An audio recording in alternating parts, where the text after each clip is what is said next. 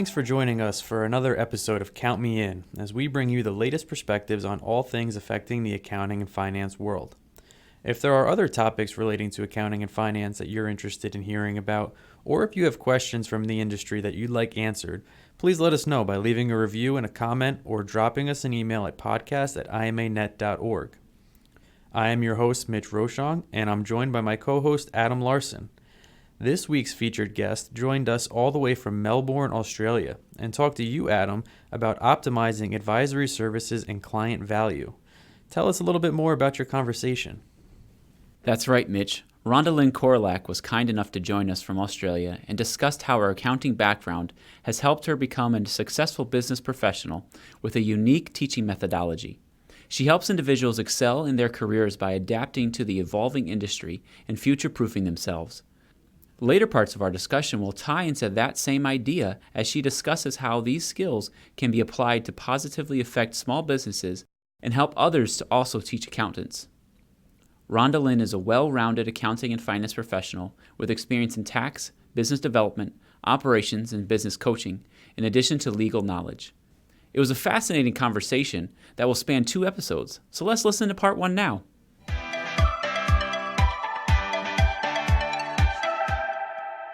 So you have extensive experience in various areas of accounting, business, operations, advisory. Through your time, what skills and resources have proved to be most important in becoming a successful accounting or business professional? Oh, that's an excellent question because there's probably almost too many to name. But if I had to pick the top ones, this is probably how I would approach it. From the perspective of accounting, the thing about us as accountants, we're numbers people. We love the numbers. Cash flow is either right or it's wrong. So we're all about accuracy and numbers. And that's fantastic when you're in an accounting in the accounting profession or in an accounting job. But if you want to make the transition to helping small businesses or providing advice or coaching them or whatever you want to call that transition, the thing is that we actually need skills that are diametrically opposed to the ones we're good at. So for me, it's about figuring out how do we transition from being fantastic at accuracy to the other end of the spectrum, which is managing uncertainty. And so I'm all about, how do we make those transitions across? Because most of the things that we require, in my estimation, to be really, really good in what accounting has kind of evolved to over the years really involves us relearning and unlearning a whole bunch of stuff that served us well in the past, but doesn't really apply or isn't really applicable to this kind of new job that we find ourselves in. Disruption has changed what I believe and what most people believe it means to be an accountant. It's more now about accountability than it is about the accounting. So I think the biggest skill that I've learned is adaptability, being able to actually unlearn things and relearn things and be flexible and change with the times. So how do you make yourself adaptable, especially for those who have been in accounting for their whole lives and been stuck in one role, and then they're suddenly thrust into this other thing where they have to apply their skills in another area, and then they're not used to that change. What advice would you give them? Well, you can't really learn to swim by reading a book on swimming. So the only way that you can become more adaptable is to basically get pushed into the deep end. You've got to be put in situations where you need to react, and you've got to see how you do react. You can take courses. I know a lot of what we do. So I do quite a bit of training with accountants because people ask me this question all the time. And what I've found is that sometimes we are not good judgment. We can't. Sometimes we have difficulty, frankly and objectively assessing where we're really at. And so one of the things I like to do when I'm working with accountants is to ask them questions, get them to do tasks, or put them in situations where they can self-assess their level of competency in these types of skills. So it doesn't really do you any good to tell people, hey, you're not adaptable, because people get their backs up. But if they can see for themselves that, hey, maybe I'm not as adaptable as I'd like to be, it opens the door for them to be, welcome to have the learnings and in coming in with a mindset that they can do it. So I think a lot of it is just, you know, taking courses or making yourself, putting yourself in situations which are outside of your normal frame of the four corners that you have yourself boxed in, and realizing that, hey, it's okay to feel like a fish out of water, but it's about, how do we react to that and learn moving forward. I mean, adaptability is something that you will probably always be learning. You can't, it's not really a destination. You don't say, well, I've mastered adaptability and that's the end of it, because there's always going to be a more uncomfortable situation or a more complex or unusual or unpredictable situation that you could be put in. So I think, as we grow, more problems and challenges come to us that push us to learn adaptability again and again and again. That's great. And so, with technology constantly advancing and many things changing the accounting industry and just all industries in general, we've already talked about adaptability, but what other skills and strategies do you recommend to help, future proof your career? Well, look, a lot of this, accounting and disruption, it's easy to get carried away and think that this is the first time, right? But it isn't.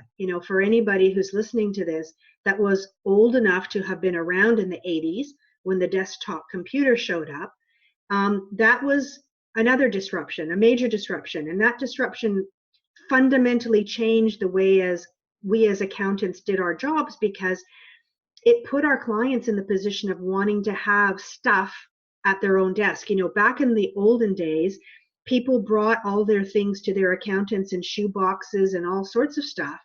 But when the desktop computer showed up, they started taking back ownership of some of the data. And that led to the situation that we now find ourselves in, where we are doing a lot of compliance and cleanup, because the client can often input things, but they may not be correct.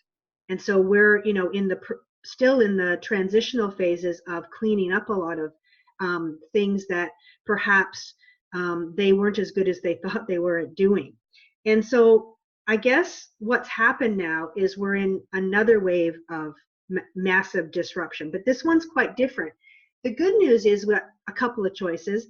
Number one, we can learn from the past. We can kind of remember what happened with the last disruption in the 80s and realize that, we control our own destiny, and it's time for us to step up as a profession and redefine ourselves what it actually means to be an accountant, rather than having somebody else tell us what that entails.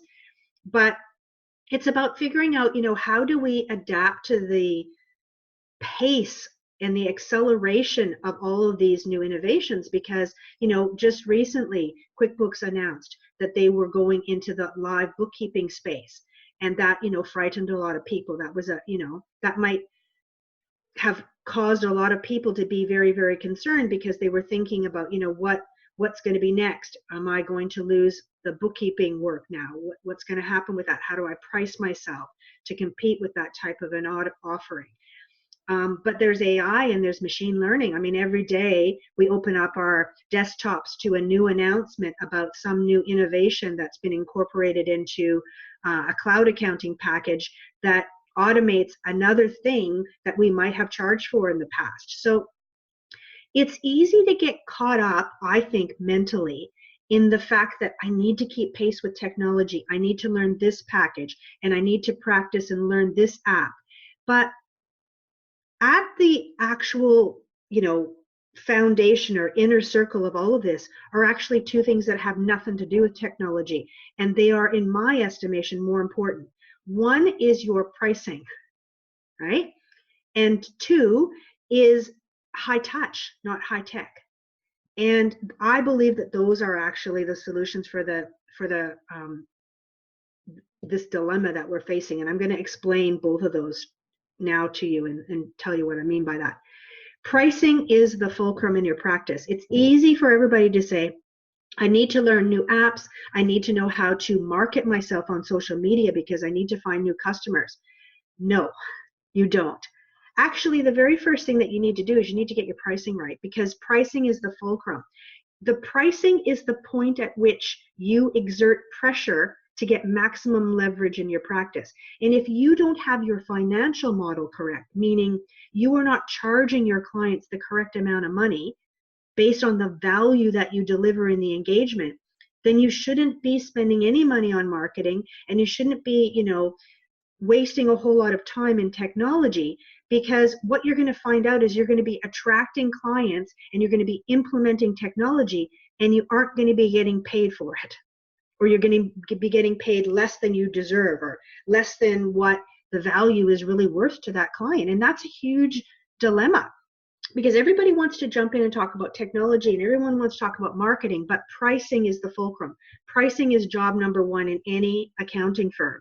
It's about, how do we get to the heart of value? How do we figure out what in the world is keeping our clients up at night? What's stressing them out? What are their pain points? What desired transformations do they mean? And how do we create that value for them and capture some of it for our firm? So it's high touch, not high tech. And that's a tough pill for a lot of people to swallow, because we are accountants. So we've been trained our whole career to focus on the numbers. But what I'm saying now is fundamentally different, because pricing ain't a number, it's a feeling. And high touch, not high tech, is all about the conversation, right? It's about, how do we interact and engage with our clients and really provide value. I think that unfortunately in our industry, we have been given a Trojan horse, right? Somebody has paraded the horse in, that horse is technology, and it has provided a formidable distraction for many people. And while I embrace technology and think that it's an important part of us, delivering more value, because we want to automate the stuff that we shouldn't be spending time on. We want automation to do the heavy lifting so that we can focus on what's really important. But in order to do that, we have to train ourselves, right? Because we can't just keep falling back on the numbers of the past, what transpired in the business. We have to fundamentally understand what's of value to the client, and they care about the future.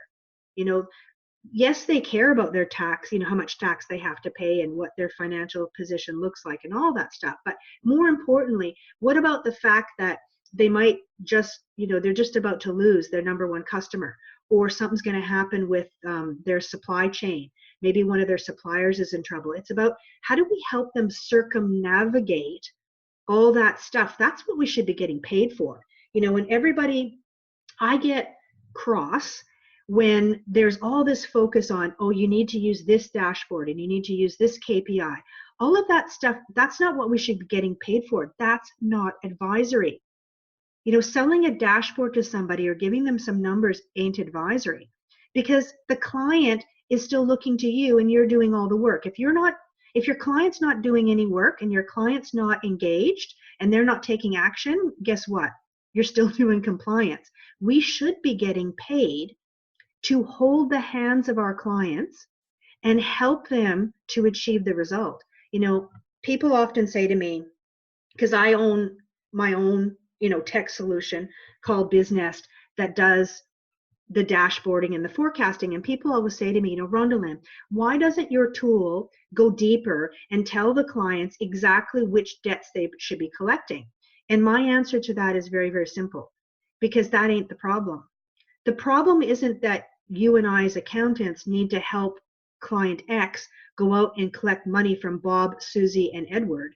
The problem is we should be helping them put systems in place in their business to prevent debt from actually becoming uncollectible in the future. That's advisory. And no app can do that. The most powerful app that exists in this industry sits between your right and your left ear, and we need to engage it. This has been Count Me In, IMA's podcast, providing you with the latest perspectives of thought leaders from the accounting and finance profession. If you like what you heard and you'd like to be counted in for more relevant accounting and finance education, visit IMA's website at www.imanet.org.